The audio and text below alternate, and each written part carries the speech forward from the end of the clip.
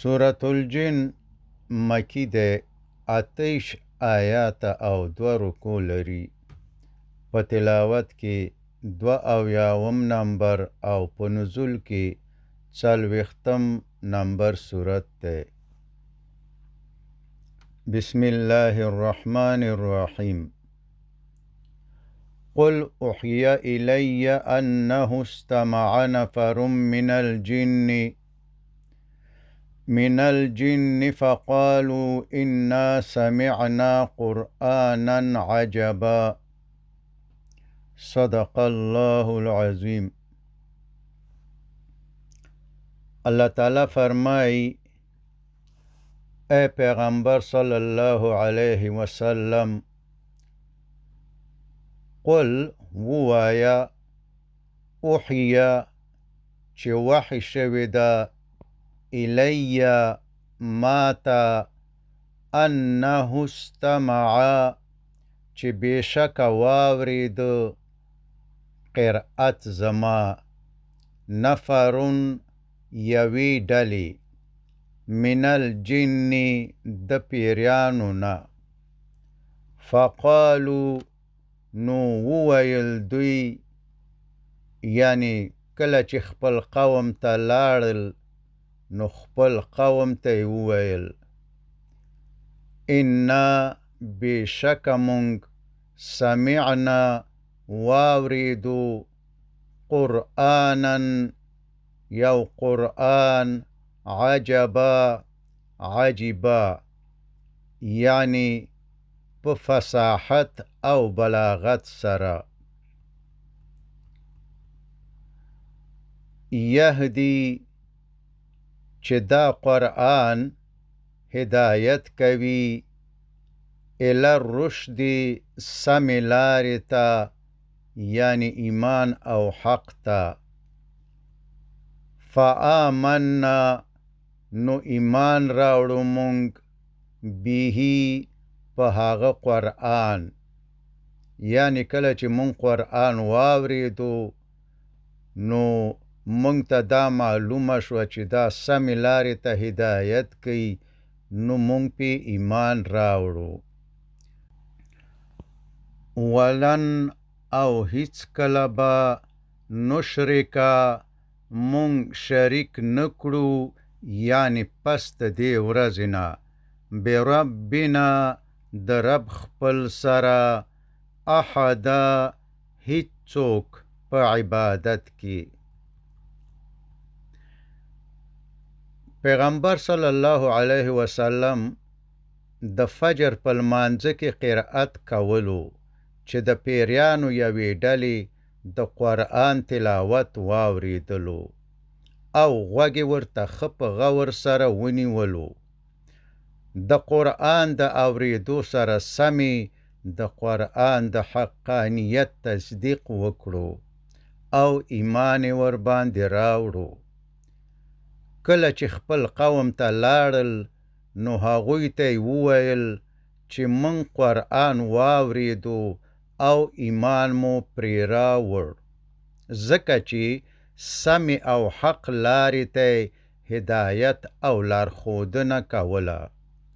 نو د دې وروسته به موږ هیڅ کله د خپل رب سره څوک شریک نه کړو.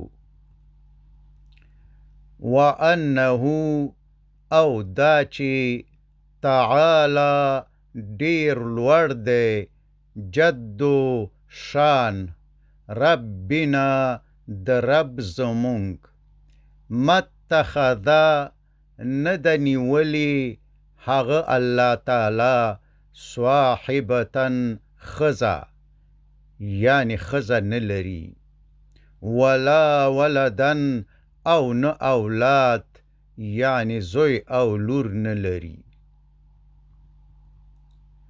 مسلمانانو پیریانو خپل قوم ته وویل چې موږ په دې هم ایمان راوړی دی چې زموږ د رب شان ډیر لوړ دی او خزه او زوی نه لري لکه څنګه چې د پیریانو او انسانانو کفار او مشرکان وایي چې نعوذ بالله الله تعالی ښځه او زوی لري. همدارنګه نور خپل قوم ته وویلې چې وانه او یقینا چې کان یقول ویل با سفیهنا نافوها او نافوهانو زمونږ علی الله په الله تعالی باندې شطوطوا د حق څخه ډېرې لرې خبرې، یعنی ویلې به چې نعوذ بالله الله تعالی ښځه او اولاد لري. وانا او بېشکه مونږ ظننا ګمان کولو ان چې لن تقوله هیڅ کله به نه وایي الانسانو انسانان والجن او پیریان علی الله په الله تعالی باندې کذبا دروغ، یعنی منگ فکر نکولو چې ګینی په انسانانو او پیریانو کې با څوک دومره جرأت کولی شي چې په الله تعالی دروغ ووایي. خو دروغجن په دواړو کې شته دی. په دې سبب خو منگ سمه لار ورکه کړې وه. نو اوس د قرآن کریم په اوریدلو منگ ته هغه ټولې غلطۍ او دروغ خبرې ښکاره او معلومې شوې، او د خپلو مشرانو غلط تقلید او پیروي مو پرېښودله او په الله تعالی مو ایمان راوړو.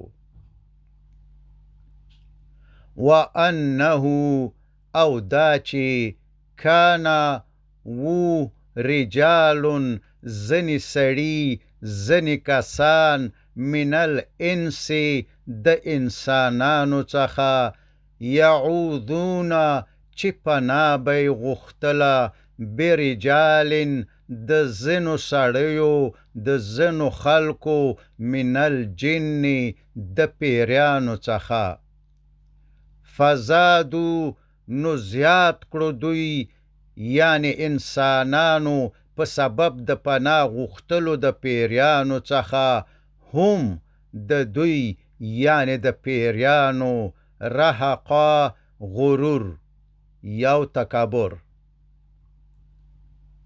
ابن عباس رضی الله تعالی عنه فرمایی چې د جاهلیت په وخت کې به چې د سفر په دوران کې په عربو په کم وادي یا دره کې شپه راغله نو بیا به یې ویلي چې د دې درې د پیریانو د سردار یا مشر څخه پناه غواړو، چې د انسانانو په دې کار به د پیریانو سرکشي او تکبر ډیر زیات شو، چې مونږ خو هم دومره یو چې انسانانو زمونږ څخه ویریدل شروع کړل او الله تعالی یې پرېښودو او زمونږ څخه پناه غواړي.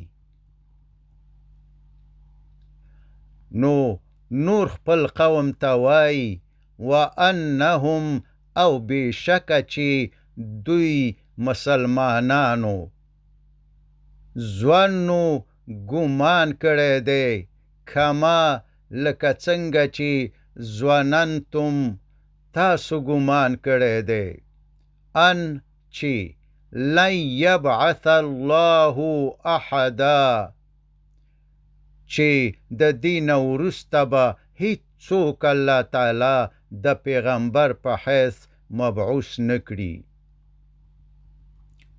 یعنی کومو پیریانو چې قرآن اوریدلی وو او ایمان راوړی وو خپل قوم ته وویلې چې ستاسو خبرې غلطې شوې، لکه تاسو او ځینو انسانانو چې فکر کولو چې الله تعالی بل پیغمبر دنیا ته نه رالیږي.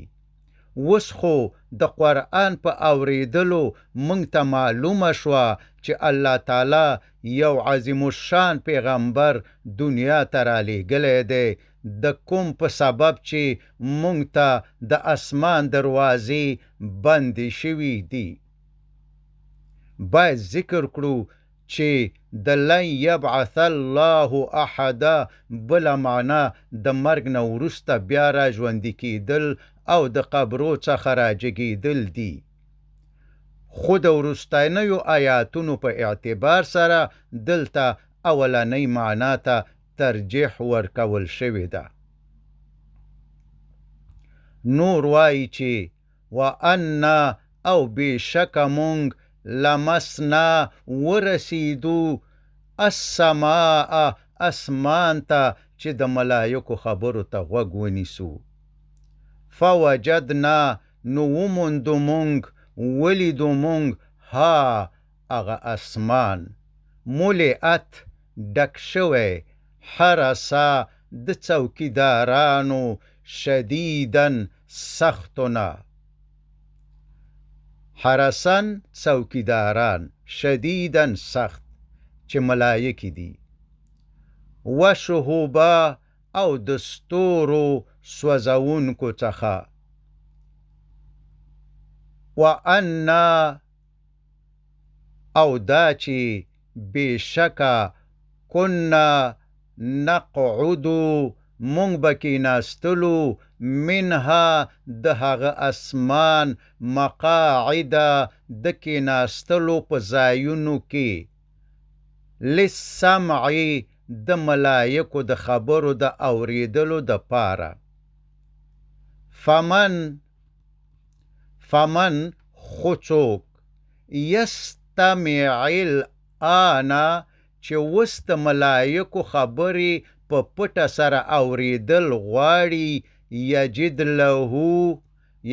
له د ځان د پاره به مومي شهابا د اور لمبه رسودا منتظره چې سوځي به.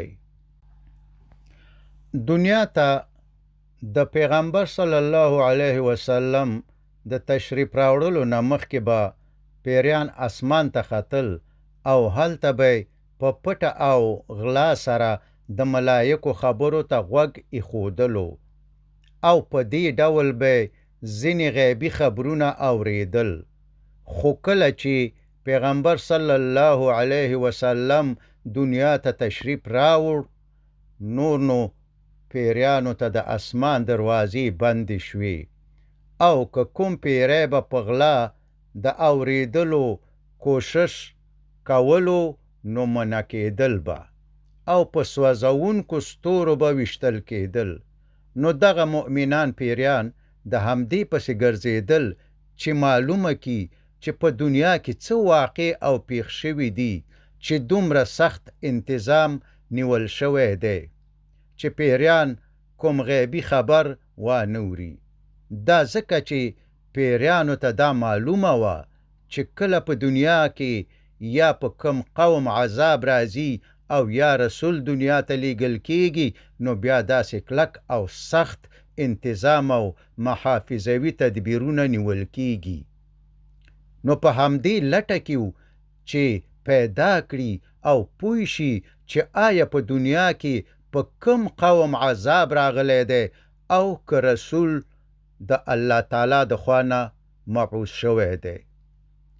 چې د فجر په لمانځه کې د پیغمبر صلی الله علیه وسلم قرأت دوی واوریدو نو کله چې دوی د قرآن تلاوت هغه هم د محمد صلی الله علیه وسلم د مبارک خولې نه واوریدو نو ټولو د قرآن د حقانیت او د محمد صلی الله علیه وسلم د رسالت تصدیق وکړو او د داعیانو په حیث خپلو قومونو ته لاړل او هغوی ته د اسلام دعوت او تبلیغ شروع کړو. او نور خپل قوم ته وایي چې وانا او دا چې یقینا مونږ لا ندري نه پوهېدلو چې دغه زمونږ منع کېدل د اسمان نه چې اشرٌ آیا د شر او بدۍ اراده شوې ده بمن په هغه چا باندې فی الارض چې په ځمکه کې دي ام یا اراده اراده کړې ده بهم په دوی باندې ربهم رب د دوی رشدا د لارښودنې. د دې نه معلومیږي چې په اسمان کې دا قسم غیر معمولی انتظام په دوه حالتونو کې کیږي. اول، کله چې په کوم قوم باندې د عذاب فیصله وشي نو د عذاب د نازلېدو نه مخکې دا قسم انتظام نیول کیږي تر څو چې پیریان خبر نشي او په ځمکه کې انسانانو ته خبر ورنکړي.